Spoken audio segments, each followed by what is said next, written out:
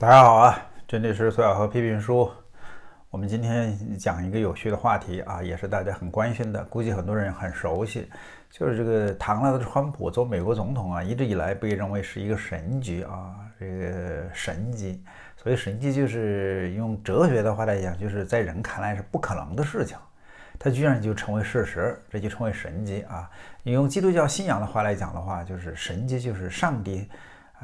的行为啊，上帝在这个人间所展开的行为，人是理解不了的，近似于不可思议，是吧？称之为神迹。所以我们今天分享这个话题，顺便呢，我来讲一讲我对神迹这样的一个圣经里面的miracle 这一个事情的一个理解啊，这是非常考验人的一个理解能力的一个一个话题。我知道这段时间大家都非常不容易啊，真是特别考验人的信心，特别考验人的这个盼望能力啊，特别考验人的这个耐心。很多人一开始都蛮有信心的，很快就泄气了。所以你会发现有很多有趣的事情啊，就说你比如说这个川普总统身边的人都超级有信心，真的。川普总统本人有信心吧？这是今天还打高尔夫球去了。拜登在这个特拉华州在演讲呢，胜选呢，第3次演讲胜选呢，对吧？结果川普去打球去了，一点都无所谓，跟没事人似的。信一信，我告诉你，川普的律师们朱利安尼老人家有信心吧？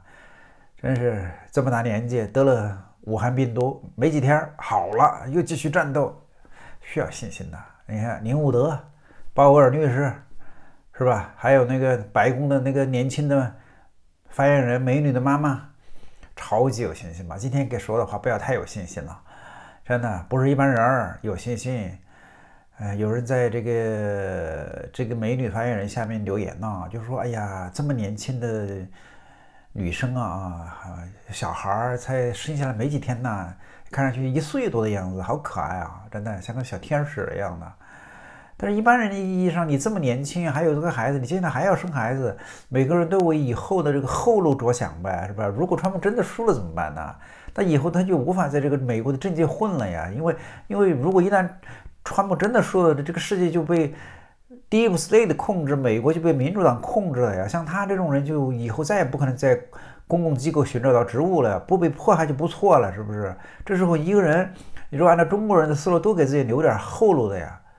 不要把话说得太死，不要把路走得太绝，这是中国人的所谓的智慧，所谓的技巧嘛，人生技巧嘛。但是我告诉你，真正的基督教传统上的人做事情，他不是这样子的他就是向着标杆直跑。你整体看起来，他做事的方式近似于就是神迹，不可能的事情啊。所以我们知道，这个圣经里面有很多个故事，你说是不是？比如保罗这个人本来是一个优秀的哲学家，优秀的这个什么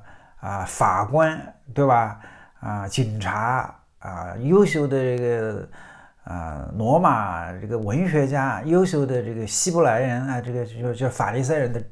这个叫拿比，是不是？各种身份，有超级才华，懂好几个语言。按照这种情况的话，他应该是人生非常成功的，是吧？结果他就被耶稣拣选了，就成为一个传道人，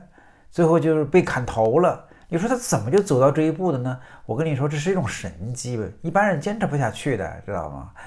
你就看今天我们这几天我们看到川普身边的人超级有信心，但是你会发现拜登他没什么信心的，他说话哆嗦结巴，完了以后一边说一边咳嗽，这都是一种体态反应，没有信心的体态反应。你说这么大年纪的人是身体不大好，但是天天躲在地下室养病呢，一堆的医生就是把他像一个宝一样的给他伺候着，是吧？因为他要让他来跟他作为台面的人物来维持民主党的这个江山呢，你说是吧？他怎么可能出来说话就这么磕巴巴呢，是吧？然后一边说话一边咳嗽呢？那不可能的呀，是不是？你看我这种人，我只要稍微把身体调整好，然后喝点水上来是不可能咳嗽的，你说对吧？我告诉你，是因为他没信心，身体的反应，包括他有时候说错话都是身体的反应，没信心。你看那个拜登的这个副手叫做什么？叫做 Harris 是吧？这个贺锦丽同学，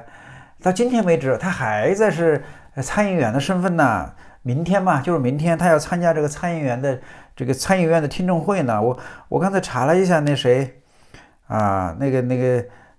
关于副总统啊，他跟参议员到底是什么关系啊？哎，然后查的根据美国宪法第1条第3款第4节，哎，我查的清清楚楚的啊。美国宪法第1条第3款第4节，美国的副总统他是兼任参议员的这个议长的啊，所以你看彭斯他是参议员的议长，但是这个议长他是有身份特殊的很，他没有参议员的资格，他不是参议员，他只是兼任议长，也就是参议院在投票的时候，如果是僵持不下平局的时候，这个时候。哎，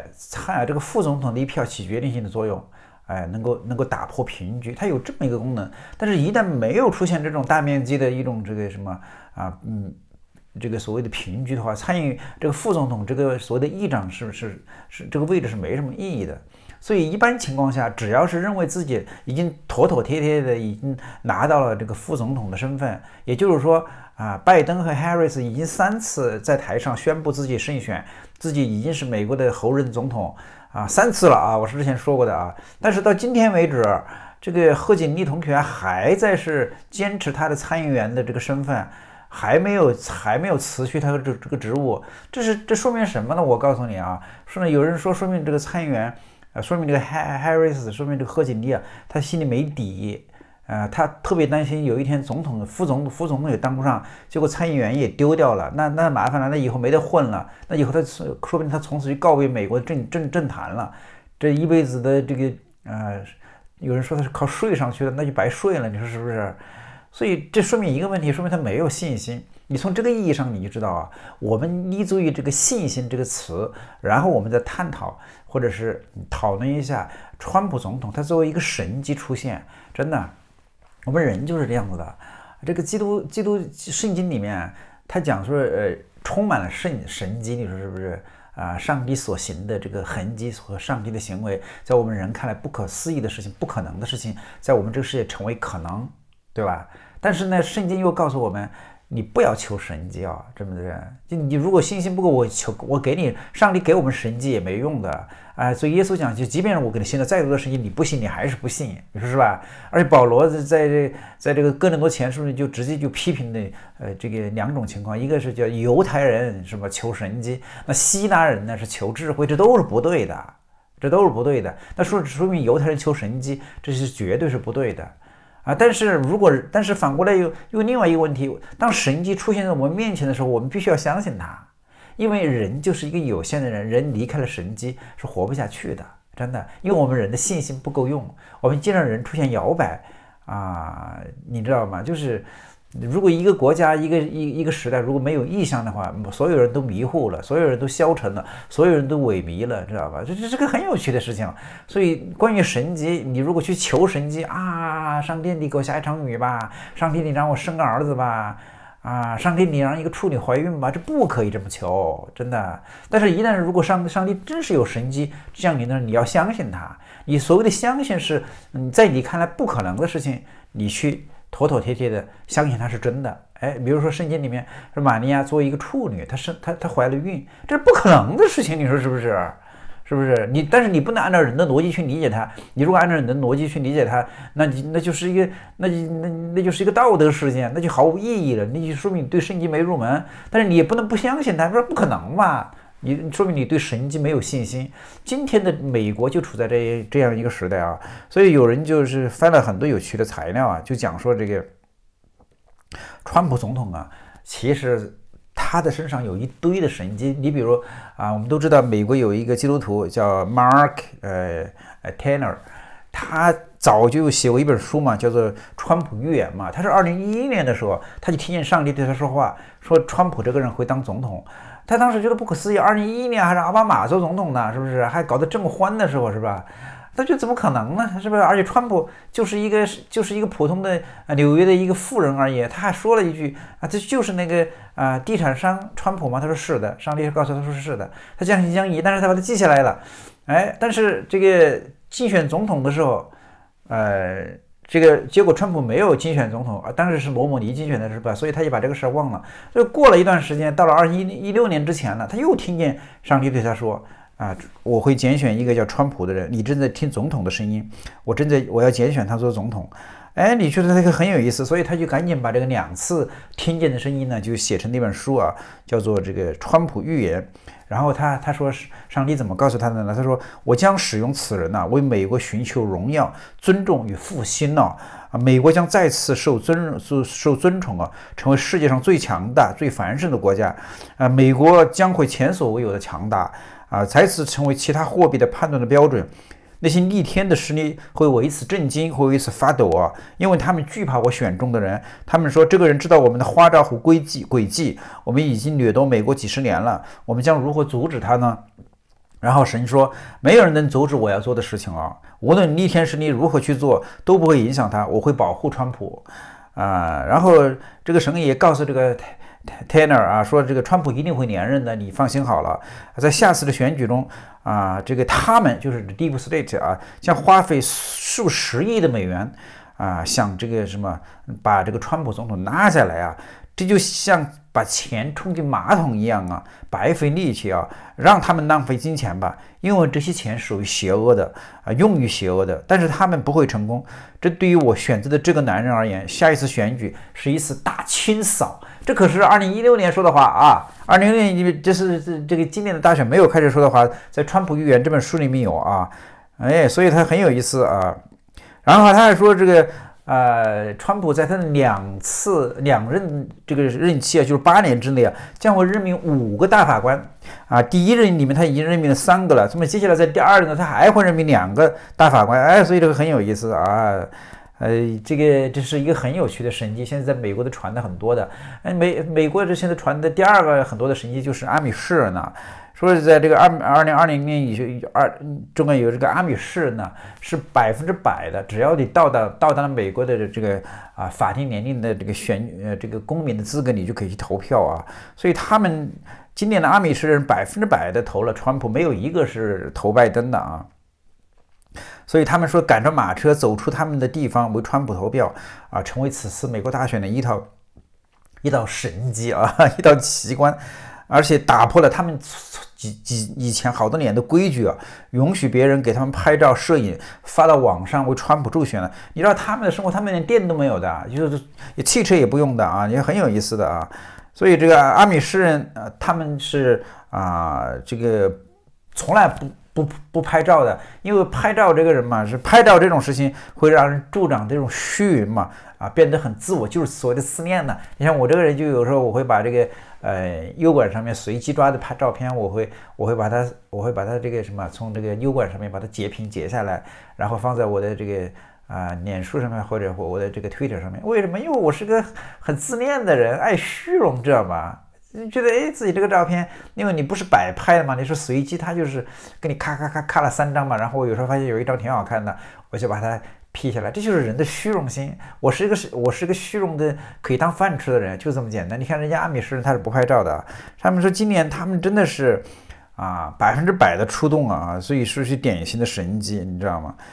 当然还有第三个神迹，说是什么？说这个川普总统是巴登将军在世是吧？这个东西也是很有意思的这个巴登也是一个被上帝拣选的一个勇士所以说川普的勇敢也是一个神迹。按照你想想，他是个有钱人，他至于为这个美国这些事情把自己的万贯的家财，这个亿万富翁的家财把他处在危险之中吗？他不可能的事情是不是还有第4是什么呢？说今年的这个美国的普通老百姓他根本不认为这个今年的选举是一个所谓的这个总统的选举，他认为它是个什么？是个正邪大战是天使与魔鬼在地上的征战写很多的所以有很多这个基督教社会的人说这些话比如说我们之前看到有一个天主教的一个美国大主教就曾经给川普写信嘛，就说是这场正邪大战，光明之子与黑暗之子的大战嘛，是吧？这个话题我们之前讲过的而且连续写了两封信然后而且这个有一个主教叫做曾经成功的预测2016年川普总统连任的，他的名字叫做什么乌尔洛2020年就是今年的10月9号，他再次这个预言上帝已经派了圣经中的那个大天使米勒加带领一群天使从天上下来对着魔王撒旦与其邪恶的战士，最终一定会击败这个恶魔。所以很有意思，这些神迹我们都看得见、听得见啊。然后还有一个神迹说，这个川普大厦啊是在这个好像是在那个什么芝加哥的川普酒店。连续被闪电击中了3次啊，表明这个川普是一个上帝拣选的人呢。因为这个在2016年的时候，川普竞选总统嘛，然后很多个媒体就是觉得这川普就是打酱油的嘛，不可能嘛。你看，这就是神迹的价值，就是在人看来不可能的事情，它居然成为事实，这就称为神迹。川普作为一个政治素人，作为一个没有任何政治资源的人，你说是不是？一开始的话，连共和党的很多人都看不起他，包括我们今天非常给力的这个什么Cruz 是吧？特德·克鲁兹包括努比奥，包括很多的人包括罗姆尼，他们都不喜欢川普岂不是民主党这边的？共和党很多人都看不起他，包括小布什的弟弟是吧？杰夫·布什都不喜欢他，知道吗？然后说，如果说川普能当选总统的话，必须要发生一个神迹，就是呢，一个闪电在同一个地方要击中2次，结果呢，川普大厦就被同一股闪电击中了3次，所以这神迹很多的很多的，所以今天的美国它是一个充满了神迹的这个时代川普总统。我为什么这么有足够的信心，认为他一定会连任总统？这就是我对神迹的一个信心我再说一遍，神迹这个东西我们不要去求因为神迹它利用字面的意思非常好理解，就是上帝的行为。我们是个有限人，我们的位置，打一个最小的也是最不恰当的比方，就好比一个身高2米的人。看一个地上的一个小蚂蚁，它在那里爬，我们就是那个蚂蚁，而上帝就是那个身高2米的巨人，你知道吗？就是你这个时候你根本就不理解这个一个身高2米的人他是怎么在这个世界上大踏步的行走的，他有多大的能力有多大的力量，知道吗？我们人就是这样的，我们人在上帝面前其实连这个蚂蚁的这个力量都没有，我们人非常的有限，非常的弱小，非常的软弱，一点点风浪我们就犹豫了，一点点风浪我们一点点这个苦难我们就放弃了。这个时候当神迹出现的时候，我们要相信他，但是我们又不能去一天到晚祷告主要给我一个神迹嘛，你不能这么做，因为给你再多的神迹，你不信还是不信。但是当神迹来临的时候，你一定要看见他，一定要为神迹做见证。这就是圣经为什么积了那么多的神迹在里面。但是很多人，如果你对圣经里面的神迹没有一个综合的理解的话，你很容易就进入一个误区，你就以为我又遇到什么神迹了，我来做见证。我告诉你，在教会里面所有人说自己遇到什么神迹，这都是错误的。我这个人非常的轴，我认为神迹在哪里，就是在这个圣经里面，知道吗？就是生活中我们看到很多个无所不在的现象很多个充满我们不可思议的现象，你可以用神迹去说，但是你一定要用那种公共的视角去理解。所以比如说今天的川普总统，我就认为他100%连任。为什么？因为他看上去是如此的不可能当选总统如此不可能连任，他最后就是会连任。所以也就是说，你是用一种圣经里的神迹的思维方式或者神迹的观念秩序来去分析、去观察、去判断此时此刻的公共生活，这样你就会拓展自己的视野，兼顾你的信心。就是这样，谢谢大家。